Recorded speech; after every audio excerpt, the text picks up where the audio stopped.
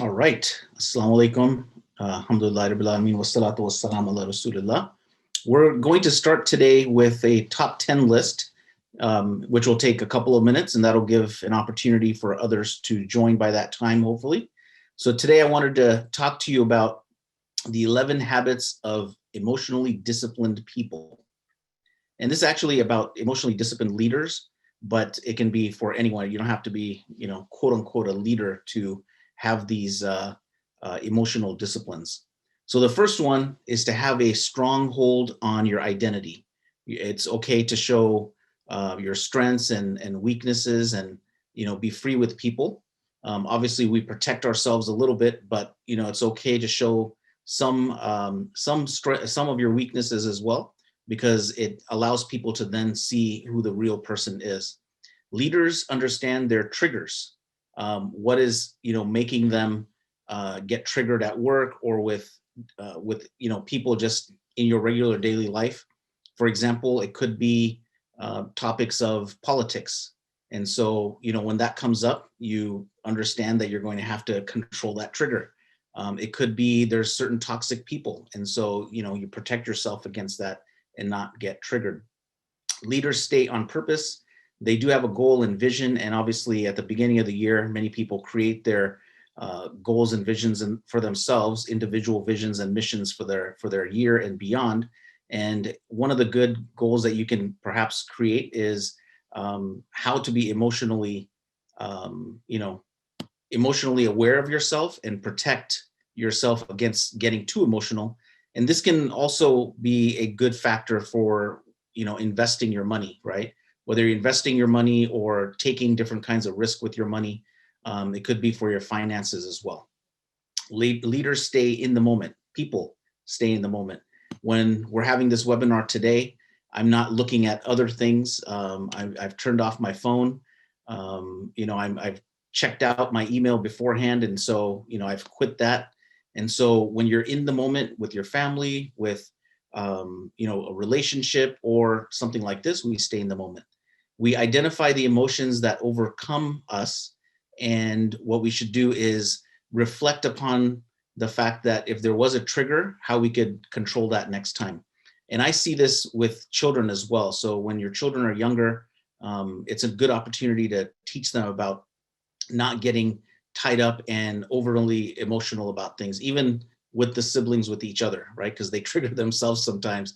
So when they are triggered, to take a moment and say, hey, what happened there? And how can we not do it next time? If they can, people who want to follow these disciplines, write down their thoughts on paper. Number 8 is leaders practice self-care. We know that that's an important factor, because if you're not taking care of your whole self, then you may not be as good of a leader or as good of a community member or as good of a family member. Number 9 is leaders see people for who they truly are, not only self-aware, but they are aware of other people's intentions. And obviously, intentions are something difficult to figure out in people, but you also look at them in the best way instead of looking at them as having a negative intention. Leaders have a strong support system. They have an emotional support system in place that helps them reason. And they go to this regularly, and act as a sounding board. And the final one, it's not a top 10, it's a top 11 list. Leaders don't take anything personally. No one can harm you without your own consent. So don't let people be in your mind. Let go of that. That is the top 11 list for today. And now, just to get started here, again, thank you all for joining. This is a great topic for those wanting to learn more about the history of Sharia compliant investing and where we are today with Islamic finance in America.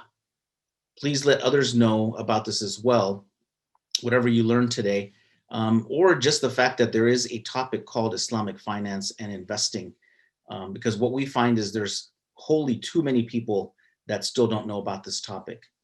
We can speak to your local communities on any of these topics as well. So you can invite us to speak at your mosque or at a conference or conventions. We speak at dozens of them each year. We even speak at employee groups at tech companies and other companies about Islamic investing through their brokerage account. This is a great opportunity to clean up our finances, including our 401ks through that brokerage account that I mentioned. If you don't have one, you can ask your company to consider opening up a brokerage account so you can buy the types of investments that you'd like to buy. Also, consider creating a will or a trust so you have proper disbursement of your assets at your death through Islamic mandates. When I speak somewhere, I'll ask how many people have a will or a trust.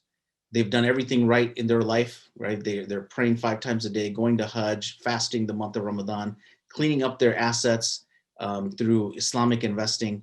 But then at their passing, they don't have a plan for what happens to their money, and there are Islamic mandates on that. We have our speaker with us today, Monem Salam, and Monem is a fund manager at AMANA Mutual Funds, Saturna Capital's AMANA Mutual Funds. So he is executive vice president of Saturna Capital, been with the company since 2003, speaks on various topics related to Islamic investing and finance. And he is the portfolio manager of the Income Fund, AMANA Income Fund, and the Developing World Fund. So he has a wealth of information. He writes on this topic, and we used his writings as a basis for this presentation of evaluating Islamic investing standards and purification methods. If you want to find more information about his writings, they are on our website, and hopefully we'll provide that link to you for you as well. So some of what we may talk about today could include some numbers. So whatever we talk about, just always remember that past performance is not a guarantee of future results. And this is a conversation that we want to have with you today. So with that, I'll shoot it over to Monem Salam, and thank you, Monem, for joining us today. Thank you very much. Bismillah, alhamdulillah, salatu wassalam ala rasulillah. All praise is due to Allah, and in the name of Allah, praise and blessings be upon His Messenger Muhammad sallallahu alaihi wasallam. So thank you very much, everyone, for being able to join here today. Wanted to, I think this is a great topic, talking about Islamic investing itself, the history of it, and also how it came about, that maybe some different criteria were in place. What we'll do is we'll start off and talk about our own guidelines first before we branch out into other ones. Now, we do use a consultant to be able to, who has vetted our criteria. So just to give you a little bit of a brief history, not going too far back, our criteria, the Fiqh Council of North America helped us create these criteria back in the 1990s, and they were finally signed off on in the early 2000s. And so the criteria are Saturna Capital's criteria, which we use for the AMANA mutual funds. And in order for us to be able to, you have confidence in us that we are actually using these criteria, we've actually hired a consultant by the name of Amani Advisors. They are based in Malaysia. And they are, Dr. Muhammad Dawood Bakr is one of the leading figures as far as a scholar is concerned in Islamic finance. And it's his company, his advisory service, that does that. On a regular basis, Amani reviews our portfolios on a quarterly basis. And then on an annual basis, they actually sign off on the Sharia compliance of the fund or the funds. And those are available on our website. And maybe somebody, inshallah, can put up the link for that. If you wanted to look through that, you're more than welcome to. So what is actually what we're screening at Saturna Capital? So we can divide them into 3 different screens. The first one is a business sector screen. So what we're doing here is really looking at it and saying, what are the industries that are haram according to Sharia? And then based on that, those are the industries that we will not invest in. So for example, because riba is not acceptable within Islam, that would be something not allowed. Same thing with alcohol, same thing with gambling and other things as well. And so that's where you come up with the, the kind of business screens for the Islamic criteria. Then you have on the secondary side, there's a further screening from there, is you have financial ratio screens. And the reason why the financial ratio screens are set up is because you have all companies that in some form of another in the United States or pretty much all over the world are going to be involved with some type of haram, predominantly in the form of riba. And so the three criteria that we have, number one is the total debt, right, to a 12-month trailing market cap. So basically, what is the 12-month trailing market cap? It's market cap basically means the value of a company, the market capitalization of the company at any given point. Back in March of last year, there were a lot of indices that don't use the averaging or the 12-month screening or trailing 12 months. Back in March, the company would have failed the screen because the debt stayed the same, but the market cap went down, right? And so they violated the 33%. And then as the market ran up in May, June, and July, in the July criteria, those were passed again. So basically what you ended up doing, if you were following those, is you would have sold low and you would have bought high. And that's the exact opposite of what you want to do. You want to be able to buy low and you want to be sell high. So that's one of the reasons why in consultation with our scholars, we chose 12-month trailing market cap, and there are other indices that use that criteria that use that as well. Number two is the accounts receivables to total assets. And here what we're trying to do is we're really trying to look at and say, if a company is in any kind of receivables or cash more than 50%, then according to Hanafi fiqh, the majority of something takes on the characteristics of the whole. And so above 50%, you would not be able to trade the stock for a premium or a discount, or that would be riba. And so that way, giving it gets a little bit more cushion, we went with 45% rather than exactly 50% in order not to violate that. And then the last screen has to do with haram revenues. And we talked a little bit about the kind of the balance sheet side of it, but there's also sometimes income side.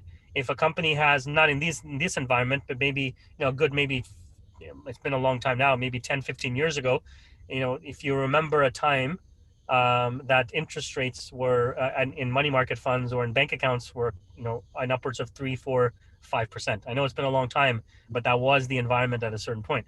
And so the companies could generate a lot of income based on just amount of cash that they have. So that would be one thing that would be put into the haram revenues. And the other part of it that we look at is there might be a company whose ancillary business, not the primary business, but the ancillary business is something that is in something haram. So classic example people use, an airline, right, selling alcohol on their plane.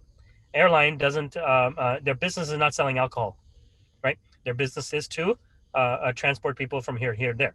But they do sell alcohol. We have to calculate that revenue, and if it goes above 5%, then they would begin to violate our screens. And then the third thing we actually do, and this was something trying to be pioneers in our field of Islamic investing, what we did was we added environmental, social, and governance screens. Now, if you think about it from a perspective of Amr bil Ma'ruf wa Nahy anil Munkar, which basically means enjoining in the good and forbidding the evil, the previous two that I mentioned were all about forbidding the evil, right? We don't do this, we don't do that, we don't do this, we don't do that.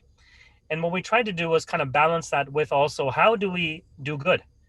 And that's when along with this wave that's happened in even just in conventional investing for looking at issues regarding environmental, social, and governance, we decided to incorporate those within our screens roughly around 2015 in the AMANA funds itself. So what do we look for, right? We're looking for usage of energy, right? Are they recycling? How much are they using? Are there any carbon offsets? Those type of things. Water is the same thing. Social-wise, we're looking at how are they giving back to the community? What is their labor relations, safety issues if they're manufacturing, all of those different things. And then governance has to do with board quality, right? Is it diverse? Is it independent? Those type of things. And then we also look at executive compensation. And what that means is that the executive compensation committee should not be made up of industry insiders that stand to benefit themselves if they're the CEO of that company gets a raise or gets a highly compensated. So we want to have that as well. And there are some, also some Islamic underpinnings behind these things. And maybe if anybody has any questions, we can ask them a little bit later. But that's the third part of our screens. So Monem, can you talk a little bit about the Morningstar globes? They came out, many people know about Morningstar stars, but Morningstar came out with some globes on ESG, this environmental, social, and governance, and how Amana funds came through on that without being told in advance what their measurements were going to be. How did it naturally kind of flow based on Islamic principles? Was that helpful in the ESG measurement? Yeah, absolutely. So, I think it was a few years back, Morningstar came, and they normally have the star rating system, 5 star being the best, 1 star being the worst.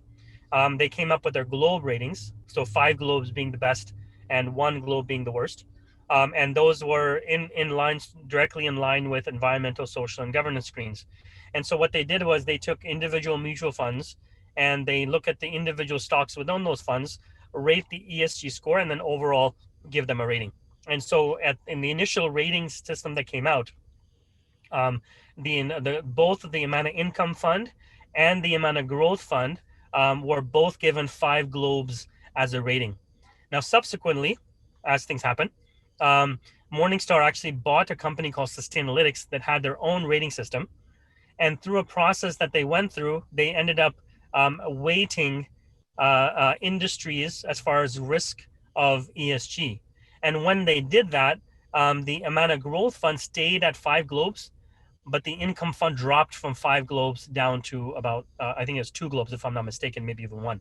Now, it's important to highlight, we didn't change our screens, right? They changed theirs. And so what we're looking at is, we want to be very, very genuine in the screening that we use on our own, and then really not change them on a whim based on other people's criteria.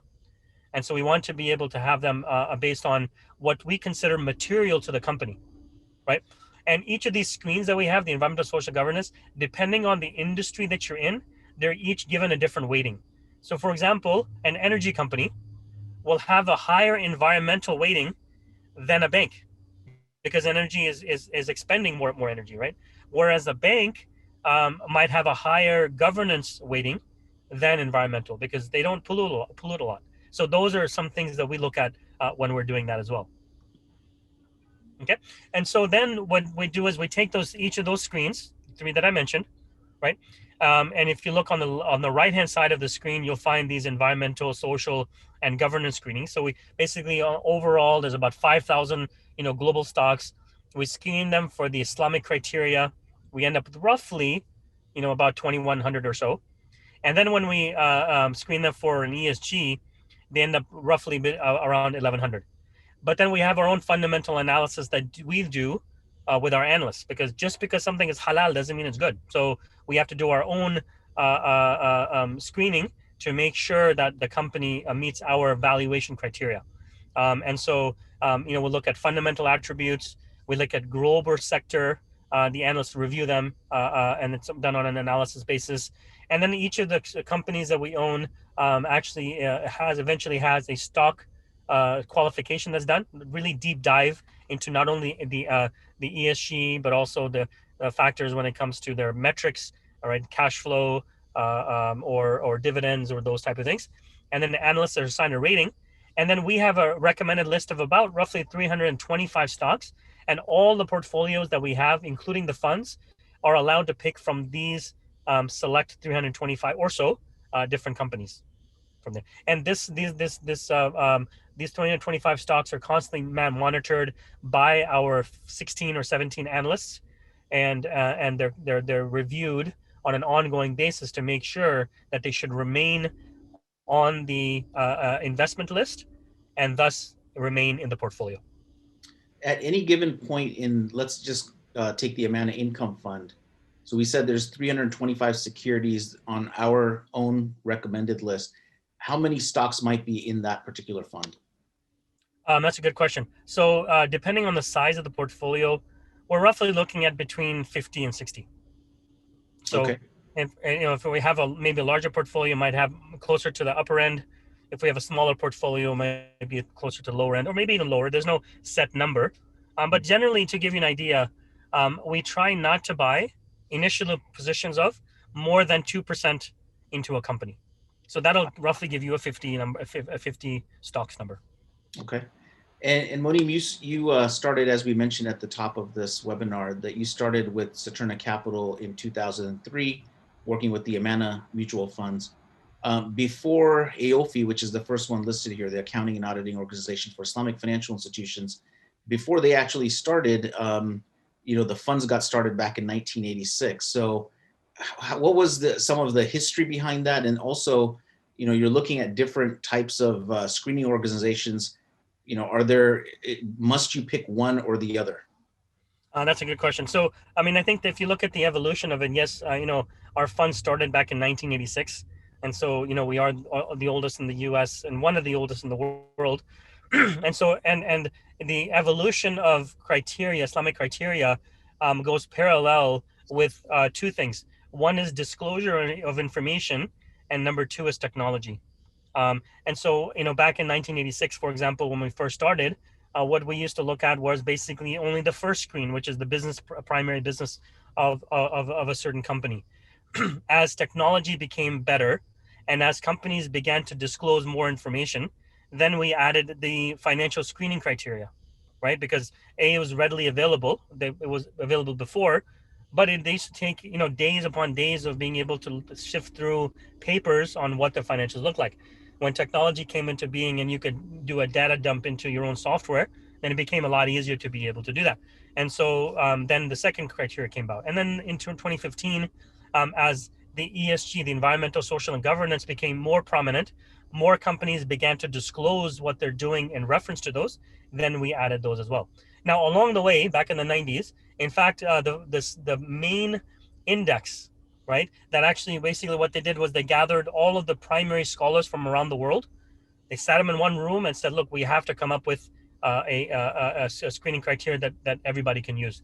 And so that was done by the Dow Jones. And a good friend of mine and a pioneer in the field, Rushdie Siddiqui, was the one running Dow Jones Islamic Indices at the time. He was the one who gathered, particularly from Amani, the ones we use. There were other ones as well. And they came up with their own criteria of the Dow Jones. And for, colloquially, we call that the Dow Jones Fatwa. Because they basically issued a ruling that said these are a criteria. Very similar, and we'll get into this a little later, very similar to ours and similar to other ones that you see here on this slide, but there are some differences as well. And then slowly over time, because, for example, some fund managers only used MSCI said, well, we'll come up with our own criteria. And then other managers or fund houses only use FTSE Russell. FTSE came up with their own. And each of them, right, genuinely sat down with scholars, sat down with the fund management companies or the fund owners and said, what is the criteria that we can use? And some of it is, what is it that you would like to see within the boundaries of Islam? And so that's why the criteria differ a little bit. And so I think some of the governments, actually Malaysia very early on came up with their own criteria. Indonesia recently came up with theirs. And other ones, for example, Philippines, actually lock, stock, and barrel adopted the AOFI criteria for Islamic screening.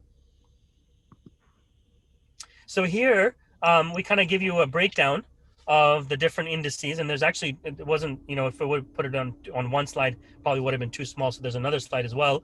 And what we tried to do was look at the different areas where each of them are the same and each of them might differ. Now, one thing they have to keep in mind is that nobody will argue with you, for example, that alcohol should be allowed or that riba is permissible, or, the major ones are pretty much all the same, right? So whether you call it an industry screen or a sector-based screen or a business activity screen, they're pretty much doing all the same. They're just having different terminology for it. So that's all the same. The ikhtilaf, or the differences of opinion, actually come in when you talk about quantitative. And again, nobody's going to argue that a little bit of debt on somebody's company is acceptable. Nobody's saying that. But what they're saying is, what is the best measure of, what is the best way to measure how you're going to come up with these criteria? So, for example, if my screen is debt to market cap, right? I've made the determination that market cap is the best way to value a company. But for example, on the third one, you see FTSE Sharia, they use total debt to total assets. So they basically, their Sharia board has said, no, we don't want to use the value of a company, which is in market cap. We want to use the total assets that a company has. So not differing in the idea, they're differing in the calculation methodology, and there is a difference between the two, and I wanted to highlight that. And the ikhtilaf actually comes in there from that perspective. So we've kind of listed there. MSCI is another one. Malaysia has their own. S&P, Dow Jones and S&P merged, right? So Dow Jones fell off and S&P stayed around, and so that's where the criteria you see to do that. Now, remember, again, to give you a little difference, what we use for the debt criteria is a total debt to market cap with a 12-month average, right? 12-month trailing average market cap. So S&P, for example, uses a 36 month. So they'll look back 36 months, 3 years to be able to make that average calculation. Not to say theirs is wrong and ours is right. And anybody who tells you, right, that you should one is right and all the other ones are wrong, is probably the same type of person as telling you that how you should hold your hands in one way and while you're praying, and everybody else is wrong. And we know that's not the case. There are differences of opinion of how you hold your hands when you pray. And so in the same way, right, or this is the difference of opinion when it comes to scholars, when and how you determine how much debt a company has and how much becomes a violation or not. Do the numbers sometimes change? That, some of them are using 30% debt level, some are saying 33%. Do they change their numbers from time to time? Um, Over time, there have been changes that have been made. So, for example, AOFE initially started off with a criteria of total debt to assets, but now they actually use a total debt to market cap.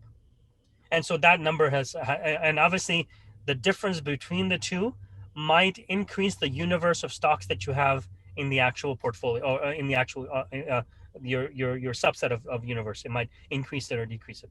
So there have been sometimes money managers who have gone back to these indices and said, you know what, I don't know, there's not enough securities in here for me to be able to choose from.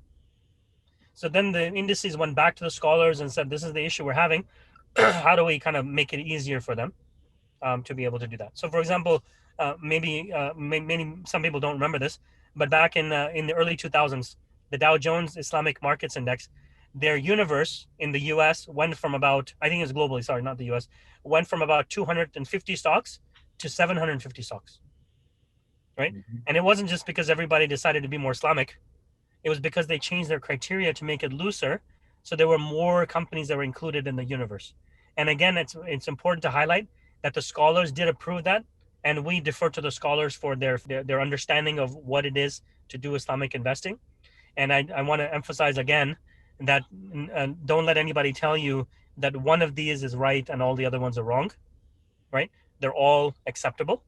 And what you want to look at is, as long as they're using a criteria and as long as they're being audited by whatever criteria they're using, I think you should feel comfortable with all the different criteria that are out there.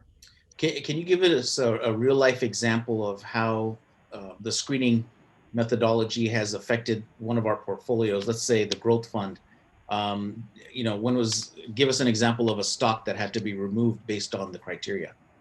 I mean, I don't have to go too far back, but let's go with AOL back in the 1990s. So they were actually bought by Time Warner, right? And a lot of these companies fall out of favor because of mergers and acquisitions. So when Time Warner bought AOL, one of the industries we don't invest in are manufacturers or producers of television shows. And because Time Warner was one of those, we actually ended up, it violated the screen, and then we had to end up selling it, right? Another one to give you an example of is Amazon.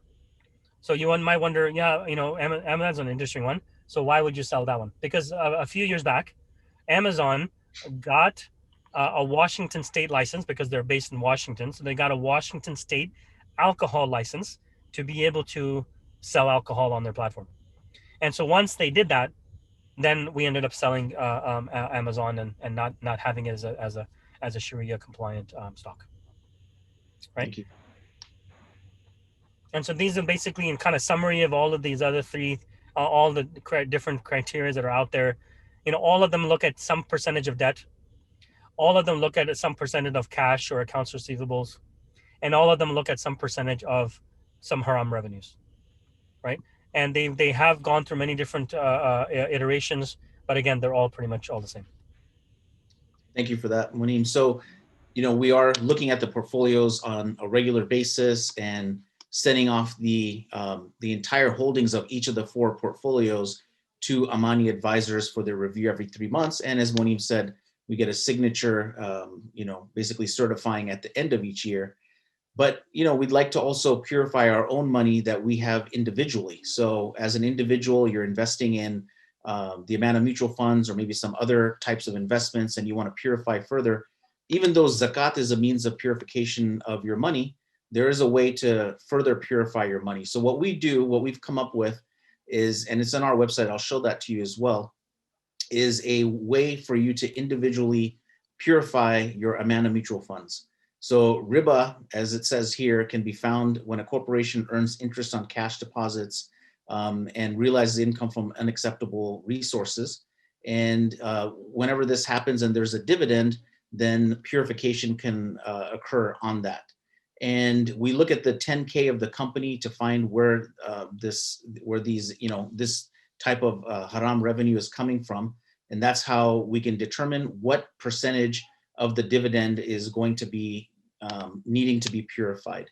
So if you have an Islamic mutual fund, the calculations are created for you. And this is the methodology we use: determine the dollar amount of prohibited income, determine the pro rata haram dividends for each share class, and then determine the haram dividend amount per share. So you don't have to remember this calculation. We take care of it for you. The way that you can access it is through our website. You can go to our purification calculator. On the right-hand side of this particular slide, you'll see the specific place you can go to, so you don't have to hunt it down on our website. Once you're here, you can place into the box for AMANA Income Fund or AMANA Growth Fund. You're going to put in how many shares you own, okay, whether it's the investor share or the institutional share class, which are both of the same fund. It's just a different, ticker symbol there. And it'll calculate for you how much you need to purify from these assets. And the good news is, because we're so careful with the companies that we invest in, the amount of purification is very small. So you'd have to have thousands and thousands of shares to have any kind of significant amount of purification. And you can do this purification at the end of each year or during Ramadan. The current calculations are as of May 31st, 2020. So the next one will come out again at the end of May. So Owais, I have a trick question for you. I think maybe some people might be interested in doing this. So we have in here the AMANA Income Fund, the AMANA Growth Fund, and then we also have one for Developing World. So the question is, why do we not have a purification calculation for the Participation Fund? Right, and that's a great question, and that's because those particular holdings in that fund, it's called a participation fund, but what we invest in is sukuk, and sukuk go through a couple of different factors before they come to market. And one of them is a review by their own group of scholars that have to give it the check mark to certify that this particular sukuk is halal. And then there's a further certification at the end to make sure that it is remaining halal once it's actually completed. So sukuk do not have impure revenue from within them. Do you have anything to expound on that? No, I think that was a great explanation. The only thing I wanted to add was you mentioned about what at the time to pay it, which reminded me of something. And that is that purification from a scholarly perspective is not a sadaqah. It's not a charity. It's a cleansing. That's right. From whatever haram you've already done. So the intent behind it should not be to take a tax write-off, should not be for your own benefit, all of those things. So it's really kind of like a shedding of those things that you've done haram to do that. So just keep that in mind. When you calculate it and you're going to pay it in Ramadan, don't count it towards your zakat or your sadaqah. This is just something you have to give away because you are participating in something wrong. So you've written a piece on Islamic standards, and now we're going to talk a little bit more about this. And so you can go to saturna.com and get this. So the one on the left-hand side here, the Evaluating Islamic Standards, is a great piece. We also have Islamic Investing 2.0 and Beyond Bonds and the Case for Active Management in ESG. So do you have anything else that you wanted to add about any of these pieces that you've written? No, I think you kind of said it. They are great pieces. Just Islamic Investing 2.0 really talks about why we decided to use ESG from an Islamic perspective. So it goes into that. Beyond bonds is really looking at, looking at sukuk as an alternative asset class. I know, alhamdulillah, they're Islamic, but there are a lot of other people who look at sukuk as an investment vehicle. So it gets into that. That was written by Patrick Drum, who's our sukuk portfolio manager, the participation fund. So they all of them are very good in there. And then the last one, the active management, it's really a matter of we have to do our own active part in really screening out those companies that are ranking high when it comes to environmental, social, and governance. And then a lot of times in passively, they slip through the screens. And so this paper makes a good case for why it's better to do active management when it comes to ESG. All right. So you can check those out at saturna.com. Obviously, any of the funds that we've talked about today, whether it's the AMANA Income Fund, which started in 1986, the Growth Fund, which started back in 1994, Developing World Fund, which started in 2009, right after the Great Recession, and the Participation Fund, which invests in sukuk, only in sukuk. It's the only fund out there like that where it's 100% investing in sukuk. That one was started back in 2015.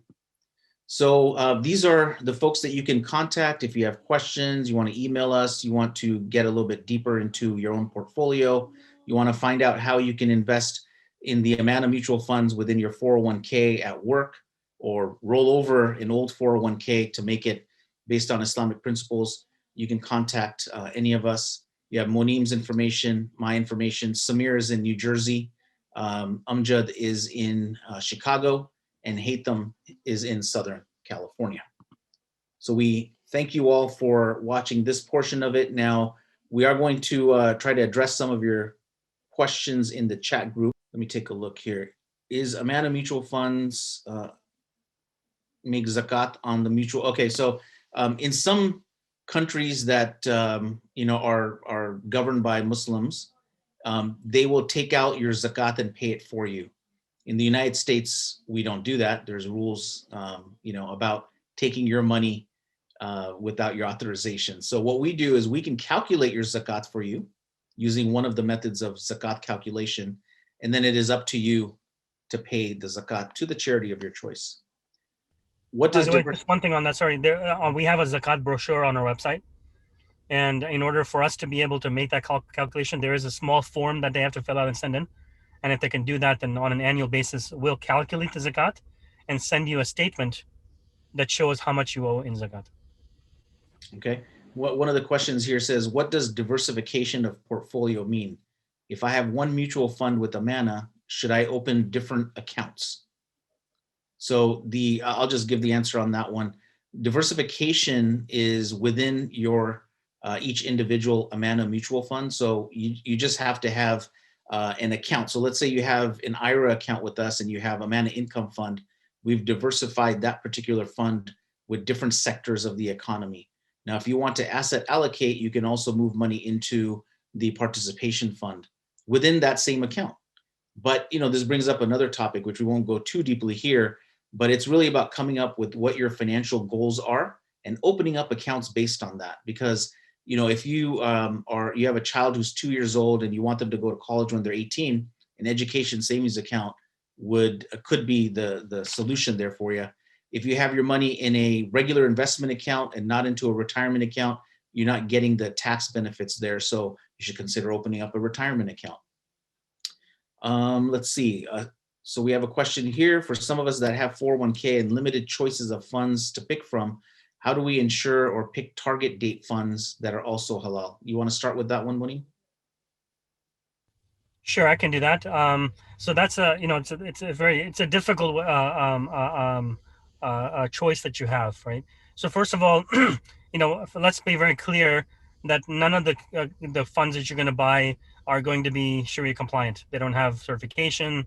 Managers don't even care what they're buying as far as Sharia is concerned. So we have to start off with that fundamental understanding that what funds you're buying in your plan are not going to be Sharia compliant. One way to do that, however, is that a lot of companies offer a brokerage option within a 401k. And if you go into the brokerage option, then you are allowed to buy anything you want. So you can buy the amount of funds through that brokerage option and then make your portfolios halal. And so that's what I would recommend doing, is to really talk to your 401k provider, start with your HR, and then ask them about this option. And if you have it, then you can put your money into the brokerage within the 401k. So it's still, you get the benefits of taxes and everything like that. And then you end up investing in the amount of funds through the brokerage option within your 401k. Okay. All right. So somebody's asking here, if they want to buy some halal stocks on their own, can Amana guide them with providing financial advice? So that's a good question. So I would say financial advice is different than whether or not a stock is halal or not. So I would kind of separate those two. What we consider, Owaiz, you and I probably are on the same page. What we consider, financial advice is going to be, how much do you need for retirement? When should your kids go to college? Where and how much can they afford? All of those things are financial advice. When it comes to stock picking and whether or not it's halal or not, we do not offer that service, right? But rest assured that if we own it in our portfolio, then it's halal. Okay. And so, we do have a listing of the stocks that we own on our website, and you can find those in the annual report. However, we change that every 6 months or so. So if we're making a change in our portfolio, you're not going to know about that. So if you pick a company and you want to invest in it, then you're going to have to make sure to come back and look at our reports and see if we've made the change. That's why we take care of it for you. Also, of course, there's greater risk in individual stock buying. I give the story that when I speak to doctors and I ask them, what are you investing in on your own? Because, many of them have brokerage accounts, and they'll tell me, well, healthcare or pharmaceuticals and whatnot. But that's, remember, one sector of the economy. If that sector is not doing as well at a given time, your entire portfolio is affected. When we speak at technology companies, and they mentioned that they're investing individually as well, they have Amana mutual funds and they have some brokerage account money, they're solely investing typically in technology. And again, that's only one sector. So it's better to be invested in multiple sectors so you take some of the risk out of your portfolio. Always, I'll give you an anecdotal story if you don't mind. Sure. And that is, when I was living in Dallas back in the early 2000s and even in the 1990s, there was a company over there, a Canadian company by the name of Nortel. And Nortel was in their U.S. headquarters, I think, was in Dallas at the time. So there were a lot of Muslims that were based in there and working for Nortel and those type of things. And they basically worked for Nortel, and in their 401k they would have Nortel stock, and then they would, they had an employee stock purchase plan, so they would buy employee stocks and have a lot of their net worth in there also. Imagine what happened, and this really did happen, when Nortel declared bankruptcy.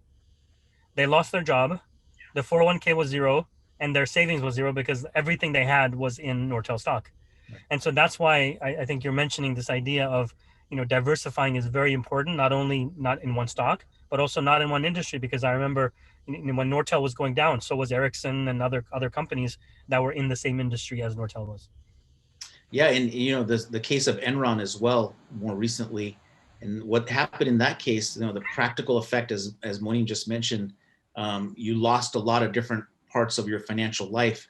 And the other thing that happens then is you have to work longer. There were some people during the Enron time where they were going to retire that year or the next year, and they ended up having to work for another 5 to 10 years. So definitely try to diversify your portfolio out of just 1 or 5 or 10 different stocks that you're trying to manage on your own. Is there compounding interest involved in the profits? Okay, so the profits are different than interest. So let's kind of break those out apart first.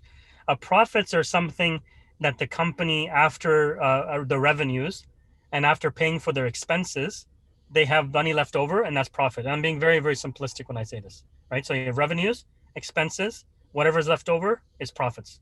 So that can go up, it can go down. It has nothing to do with interest. Interest is basically money that you earn extra on a loan. Okay. So if I take my profits and I reinvest them back into the company, I am compounding the return.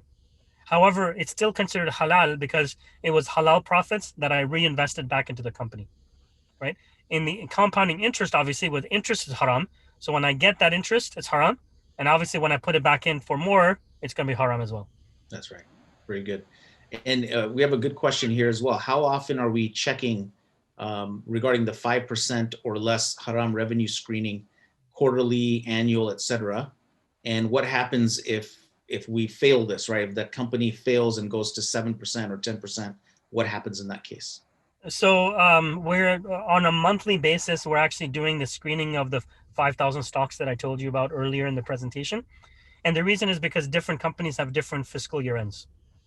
And so we have to do this on a monthly basis.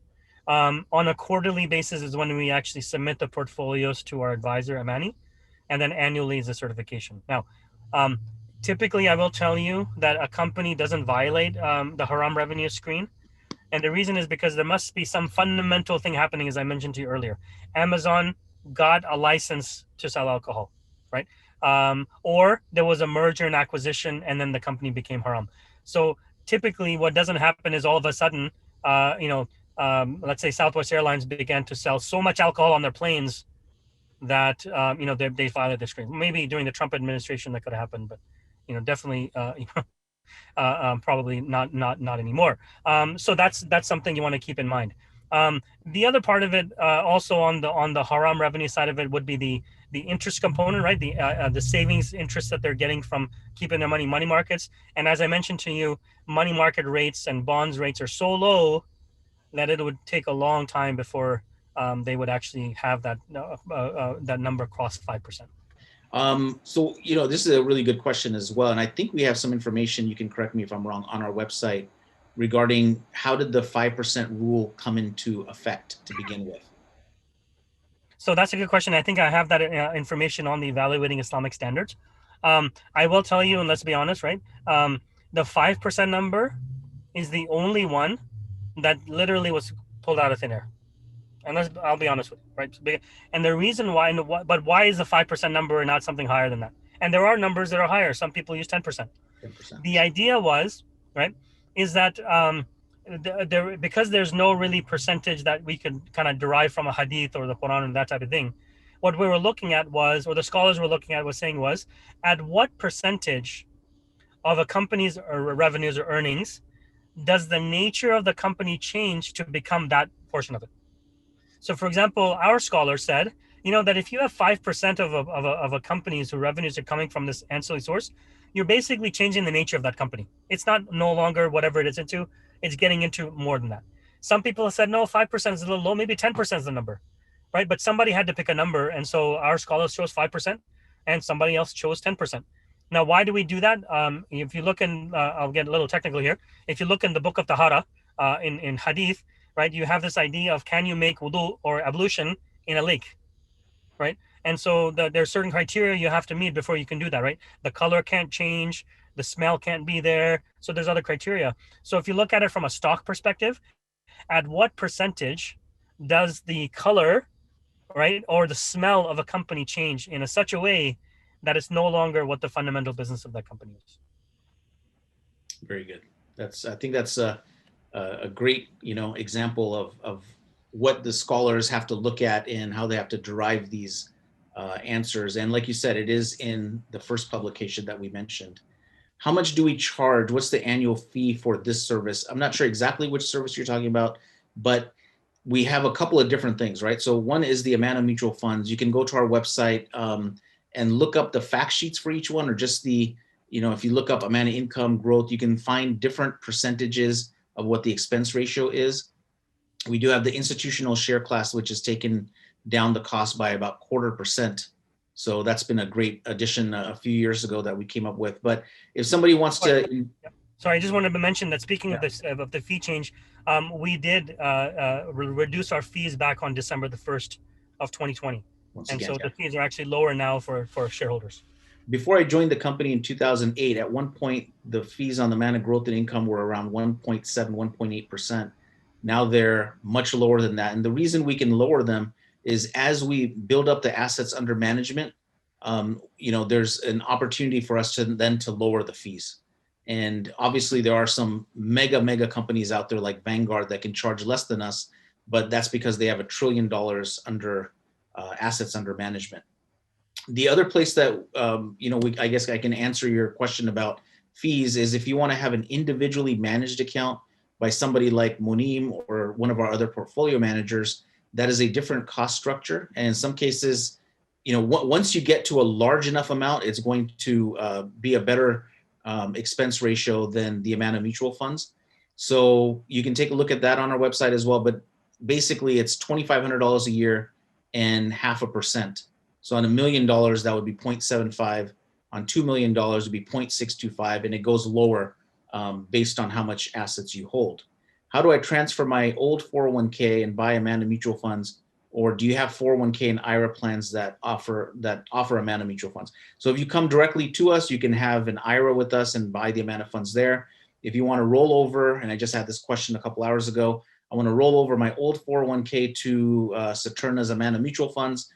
We'll help you through that process. I've given you my email address, and Haitham can give his as well here one more time.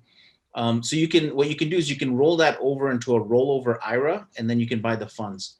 The other thing that you can do is, if Monem mentioned this earlier, if you have a 401k at work and they've given you 25 different funds, some of them are target date funds, which have stocks and bonds. So that's not the best opportunity there. Or if you have stock funds, which are going to invest in everything under the sun, or if you have a bond fund, which is strictly riba, then what you can do is ask your plan administrator or your benefits people to add a brokerage option if they don't already have it. Now, I was speaking to somebody last week, and he did this with his healthcare company that he works for. They have 6 different hospitals in the New Jersey area, and he asked them, and about a month later, they added the brokerage account. That is really fast for a company to add a brokerage account. It usually doesn't cost the company anything. So, if you make a good enough pitch, or if you have enough people to join you from your company that want this to be done, usually your benefits people, your HR people will listen to you. And if you want tips on this, you can come to us as well. We can send you some examples of what you can write to your HR to have them do this for you. Do you have anything else to add, Monem? And if anyone else has any questions, please go ahead and ask them. No, I'm good. Thank you. And all the other services that we talked about, from zakat calculation to purification to all the other ones, those are all, complimentary for our shareholders. That's right. Everything is complimentary. And, we're glad that you all have been with us, and investors. Some of you have been investors. I've, talked to some of them myself that have been investors since 1986. And, we hope that you do share information about, just in general, with your nephews and nieces, your siblings, your parents, that there is such a thing as Islamic investing, and there is such a thing as Islamic financing. And I think, we can also get the reward of helping other people to get out of what they're currently investing in and into something that is based on Islamic principles. So our best marketing is typically people that have already invested in the AMANA mutual funds. Because they tell their circle. I went to I made a presentation one time in New Jersey at a masjid. And so at the end of the presentation, I just said, how many people now feel comfortable understanding this? And everyone raised their hand. And I said, how many of you knew about this before I came here? And they all raised their hand. So it turned out, they told me afterwards, that there was a local brother who had since passed away, who had told the entire community over and over again about the AMANA mutual funds, and for them to clean up their finances themselves. So we thank you all for joining and for coming back month after month. We appreciate you. And if you have any other kinds of topics that you'd like for us to cover, which are not housed on our website under webinars and halal money matters, send me an email, omd@saturna.com, and we'll consider adding those. And we look forward to continue to do this month after month. We thank you all, and we hope to see you again next month. Please consider an investment's objectives, risks, charges, and expenses carefully before investing. To obtain this and other important information, which you should carefully consider before investing, about the AMANA funds in a free prospectus or summary prospectus, please visit amanafunds.com or call 1-800-728-8762.